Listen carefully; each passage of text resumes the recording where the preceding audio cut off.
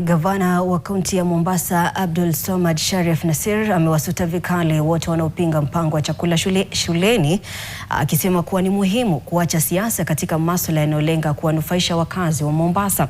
Gavana Nassir ameyasema hayo wakati uzinduzi wa mpango wa chakula cha bure kwa wanafunzi wa shule zote za sekondari za kutwa Mombasa, mpango unaolenga kusaidia wanafunzi kutoka familia zenye kipato cha chini na kupunguza mzigo wa kifedha kwa wazazi. Serikali ya kaunti hii imesema kuwa mpango huu unalenga kuhakikisha hakuna mwanafunzi anayekosa masomo kutokana na ukosefu wa chakula shuleni.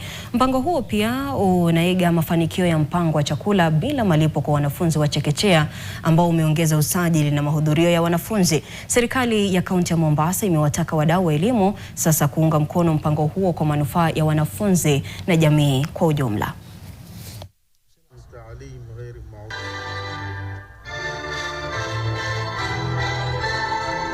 Na mimi najua kuna wengine hawataki mazuri, wengine wanataka kwenda kotini, tunajua.